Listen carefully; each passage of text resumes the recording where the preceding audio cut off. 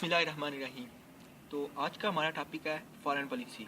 तो हम foreign policy में हम तीन चीज़ें देखेंगे आज के टॉपिक में। नंबर वन, हमारी फ़ॉरेन पॉलिसी की तारीख़। नंबर दो, तारीफ़। और नंबर तीन, कि फ़ॉरेन पॉलिसी में पाकिस्तान की फ़ॉरेन पॉलिसी हमें क्या क्या चीज़ सामने रखना करके हमें करना पड़ती है, पता करना पड़ती है। तो तारीख़ हमें फ़ॉरेन पॉलिसी की ले जाती है हज़रत मोहम्मद सल्लल्लाहु अलैहि वसल्लम के ज़माने में, कि जब उन्होंने कुफार मक्का के साथ सुलह हुदैबिया किया, और वो उनकी बेहतरीन फ़ॉरेन पॉलिसी का एक नतीजा थी।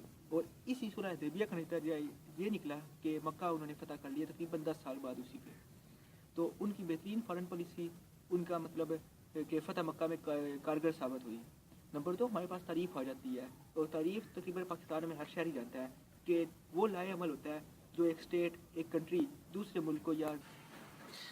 मुल्कों या ऑर्गेनाइजेशन के साथ ताल्लुकात इस्तवार करने के लिए वज़ा करती है।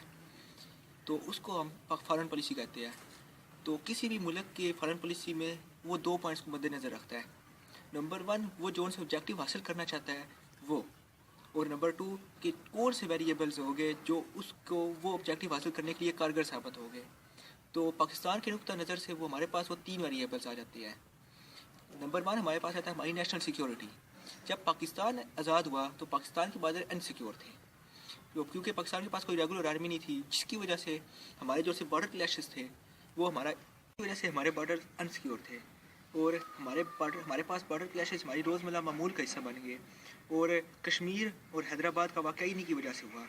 तो पाकिस्तान ने सुकून का सांस उस वक्त लिया जब 1955 में पाकिस्तान सीटो और 1959 में पाकिस्तान सेटो का मेंबर बना, क्योंकि इसमें एक पॉइंट ये भी था इनका कि attack on one will be considered an attack on all, कि अगर एक पे हमला तमाम मुल्कों पे हमला कंसिडर किया जाएगा और तमाम मुल्क उसका मतलब जो भी बार इकट्ठे होकर देंगे।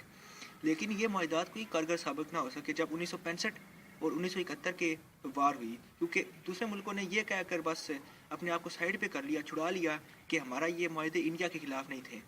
और कहा जाता है कि 1971 में जब हमारे लड़ाई हुई थी बांग्लादेश वाली, तो उस टाइम अमेरिका ने ये अपनाया था कि हमने एक बैडी बेड़ा भेजा है, लेकिन वो बैडी बेड़ा अभी तक पाकिस्तान नहीं पहुंचा अमेरिका का।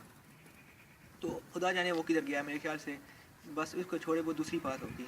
तो जब 1971 के बाद पाकिस्तान ने एक इंतहाई कदम उठाया, वो था आर्म्स की खरीदो फरोख्त। पाकिस्तान ने असले की खरीदो फरोख्त शुरू कर दी, जिसकी वजह से पाकिस्तान को मतलब कि तनकीद का सामना भी रहा, लेकिन पाकिस्तान नहीं रुका, क्योंकि पाकिस्तान को पता था कि इसकी बका के लिए ये ज़रूरी है। पाकिस्तान इसलिए की खरीदो फरोख्त करता रहा, और पाकिस्तान अपनी आर्मी को मजबूत तर बनाता रहा, जिसका एक कंसिक्वेंस ये निकला कि आज हमारी आर्मी बेस्ट आर्मीज़ में कंसिडर की जाती है, और आज हमारी बॉर्डर्स बिल्कुल महफूज है। नंबर दो पे हमारे पास आ जाती है हमारी आइडियालॉजी। पाकिस्तान चूँकि नज़रिया की बुनियाद पर बना, और नज़रिया इस्लाम की बुनियाद पर बना, इस वजह से पाकिस्तान के तमाम इस्लामी ममालिक के साथ बेहतरीन ताल्लुकात हैं। इसी का कंसिक्वेंस ये है कि पाकिस्तान ने इसराइल को अभी तक तस्लीम नहीं किया, हालांकि तकरीबन तमाम इस्लामी ममालिक और यहाँ तक कि फ़लस्तीन लिबरेशन ऑर्गेनाइजेशन जो फ़लस्तीन रियासत है उन्होंने खुद तस्लीम किया हुआ है, लेकिन पाकिस्तान ने अभी तक नहीं किया।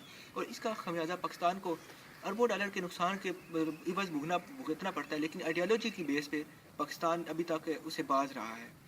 तो और कि पाकिस्तान को दूसरे मुल्क को जब भी किसी जगह पे पॉलिटिकल, फाइनेंशियल या फिर मिलिट्री सपोर्ट की ज़रूरत पड़ी, पाकिस्तान ने कभी ना नहीं किया, और पाकिस्तान इसके इवज़ उनसे मतलब फाइनेंशियल सपोर्ट, माली इमदाद भी लेता रहा है, जिसकी वजह से पाकिस्तान की इकानमी थोड़ी सी मजबूत भी होती है।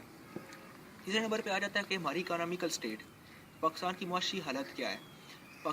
जब से पाकिस्तान मार्च वजूद में आया, पाकिस्तान का दौर-ओ-मदार सीधी बात है कि अब तक कर्ज़ों पे ही चल रहा है।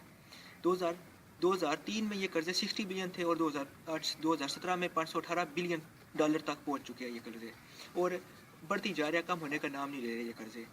तो पाकिस्तान को ये कर्ज़े लेने के लिए पाकिस्तान की फ़ॉरेन पॉलिसी एक तरफ झुक जाती है। मतलब कि अगर हम अमेरिका से कर्ज़े लेने जाए, तो अमेरिका वाले मतलब फ़ॉरेन पॉलिसी को कहते हैं कि आप अपनी फ़ॉरेन पॉलिसी में ये तब्दीली करो, तब हम कर्ज़े देंगे। तो पाकिस्तान की फ़ॉरेन पॉलिसी इस वजह से उनकी तरफ झुक जाती है। इस तरह जो भी हो, पाकिस्तान की फ़ॉरेन पॉलिसी झुकी रहती है। पाकिस्तान की फ़ॉरेन पॉलिसी अभी तक जानिबदारी है। बदकिस्मती से पाकिस्तान को कोई ऐसा लीडर नहीं मिला कि जो हमारी फ़ॉरेन पॉलिसी को एक मजबूत शक्ल दे सके और इन कर्ज़ों का इख्तिताम कर सके। जैसे कि मैंने बताया कि 2003 में ये 60 बिलियन डॉलर थे, और आज 2017 में ये 518 मिलियन डॉलर तक पहुंच गया है, 518 बिलियन डॉलर तक। तो ये हमारे लिए हमारी मैशत के लिए बहुत کیا نام ہے کہ ایک خطرے کی گھنٹی ہے، خطرے کی علامت ہے، کیونکہ اگر اس طرح قرضے لیتے رہے تو پاکستان تو بالکل تباہ و برباد، پاکستان تو قرضے کے بوجھ میں ہی دب کر مر جائے گا۔ تو ہمیں چاہیے کہ پاکستان کے جو ان سے تھنکرز ہیں ان کو بھی چاہیے کہ یہ مطلب قرضوں والی پالیسی کو ہٹے اور اپنے پاؤں پہ کھڑا ہونے کی کوشش کریں، کیونکہ یہی ایک راستہ ہے کہ پاکستان کو ایشین ٹائگر بنانے کے لیے اپنے پاؤں پر کھڑا کرنا بہت ضروری ہے۔ اور دیٹس